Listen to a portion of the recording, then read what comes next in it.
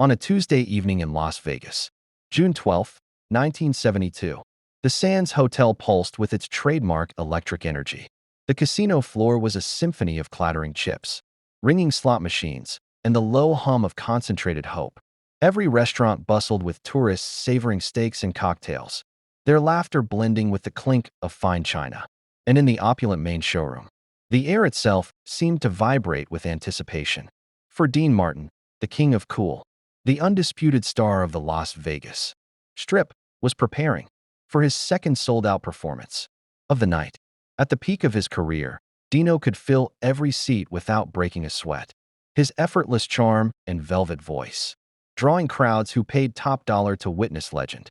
That night, 3,000 people waited to be enveloped by that familiar, comforting charisma. Yet, what none of those eager patrons, nor even Dean's own crew, knew was that a far quieter, more intimate drama was unfolding just a few floors above them. A story about to intersect with the stars in a way that would quietly reverberate for half a century. In a modest chapel on the hotel's third floor, a world away from the glitter and glamour, a young couple stood on the precipice of a new life.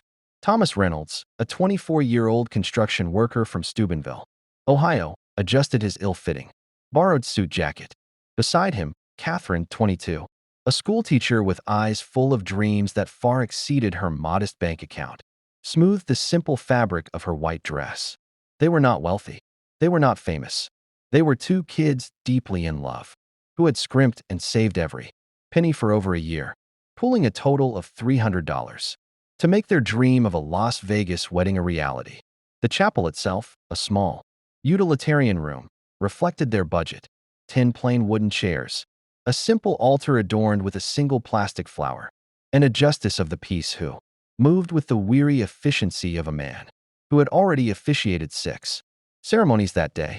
Of family, there was only Catherine's sister, Mary, who had driven 12 exhausting hours from Ohio to be there, now clutching a small, slightly wilted bouquet of daisies likely purchased at a gas station. Thomas had no family present. His parents had passed years ago, and his older brother was stationed overseas with the military. This wedding was to be quiet, simple, and quick, a brief legal formality, followed by a few photos and a return to their modest motel room. It was a practical plan, but as Catherine looked around the sparse room, a tear escaped, tracing a path down her cheek. It was not the happy tear of a blushing bride, but one of quiet disappointment. Thomas saw it instantly, and his heart clenched. He pulled her close, his own feelings of inadequacy swelling. "I'm sorry, Kathy," he whispered, his voice thick. "I know you wanted more. Music, dancing, everything special." Catherine shook her head, forcing a smile as she looked up at him. "Don't you dare apologize. This is enough. You're enough. That's all I've ever wanted." Their moment of quiet vulnerability was, unbeknownst to them, being observed from the hallway. Dean Martin, having finished his 7 p.m. show, found himself unusually restless during his 2-hour break. Instead of retiring to his dressing room to relax with his band or snatch a nap, he decided to take a stroll through the hotel, a rare occurrence. He liked to observe people in their unguarded moments, a habit that kept him connected to his roots. To Dino Crocetti from Steubenville, Ohio, the boy who had once had nothing. As he moved through the casino's periphery, the sight of the young couple near the elevators gave him pause. The woman's tear-streaked face, the man's devastated expression in his too large suit. It was a portrait of poignant, pure emotion that cut through the casino's artificial cheer. He paused, a silent spectator, and then he heard Catherine's soft words. "I know you wanted to give me more, but this is enough. You're enough." Something shifted in Dean Martin. The words, so simple and sincere, bypassed the persona of the superstar and spoke directly to the man beneath. He remembered wanting to give the world to those he loved and having only pocket change to offer. Without a second thought for his schedule or his stature, he made a decision. He approached them. Thomas and Catherine looked up, startled, their minds too clouded by emotion to immediately process the famous face before them. "Excuse me, folks," Dean said, his voice that unmistakable, warm baritone. "I couldn't help but notice. You two look like you're heading somewhere important." Recognition dawned on Catherine's face, her eyes widening. "Oh my God, Tommy. That's Dean Martin." Thomas stammered an apology, thinking they were in the way. Dean dismissed it with his iconic, easy smile. You're not in the way at all, pal. Am I correct in assuming you two are about to get hitched? After a stunned confirmation, Dean's gaze took in the simple dress, the borrowed suit, the humble bouquet. His voice softened further. And let me guess, no band, no singer, just you two in love. Thomas admitted their financial limitations, ending with, we have each other. That's what matters. Dean placed a hand on the young man's shoulder. You know what, kid? You're absolutely right. That is what matters. He paused, his eyes twinkling.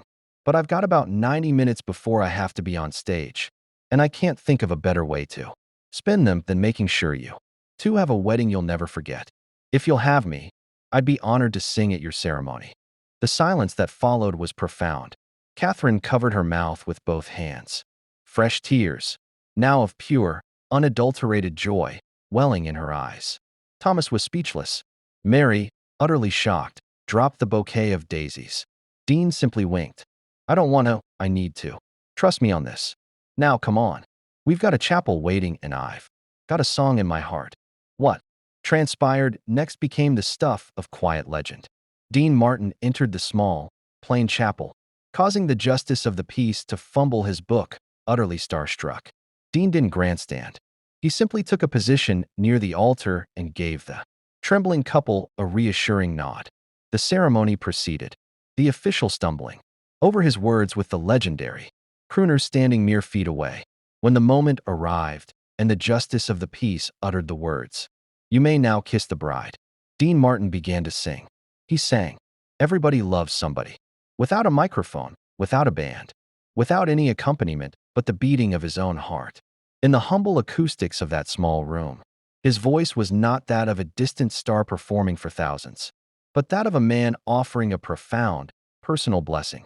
It was raw, intimate, and filled with a genuine warmth that transformed the simple song into a sacred vow.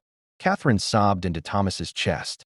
Thomas held her tight, his own tears falling freely, and Mary wept without shame. Even the justice of the peace was visibly moved. As the last note faded, Dean stepped forward, shaking Thomas's hand. Congratulations, Mr. Reynolds. You take care of this lady. She's a gem. He then took Catherine's hand and kissed it gently. And you, Mrs. Reynolds, you've got yourself a good man. When Catherine tried to stammer her thanks, he shook his head. You don't have to thank me, sweetheart. Just love each other. That's all the thanks I need.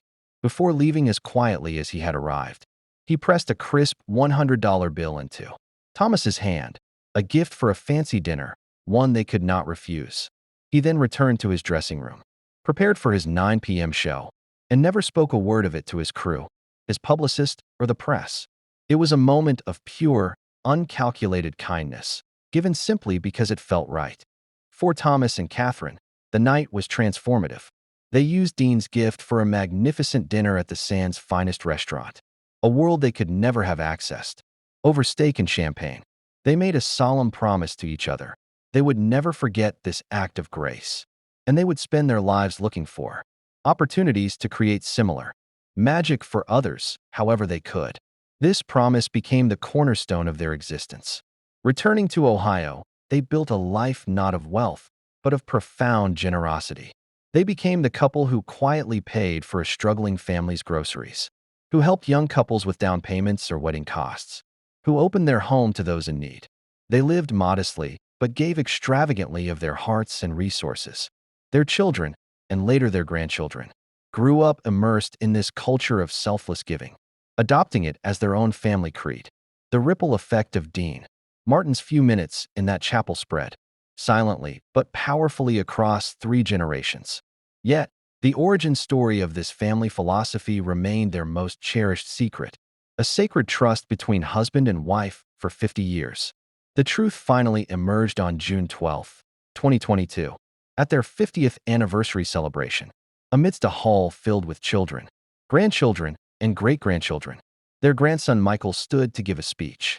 He spoke of his grandparents' legendary kindness, a trait whose origin had always been a mystery. Then, he revealed his discovery, a blurry, amateur photograph from their wedding day, with the cryptic inscription on the back, "The day Dean saved us." The photo, held aloft, clearly showed Dean Martin beside the beaming newlyweds. as the room fell into stunned silence. Thomas and Catherine, now 74 and 72, stood together and, for the first time, shared the complete story. They explained that Dean Martin had given them far more than a song. He had given them a living example of true generosity, the kind that asks for nothing, seeks no spotlight, and acts solely from the heart. Every time we helped someone, Catherine said, her voice strong with emotion, we thought about that night.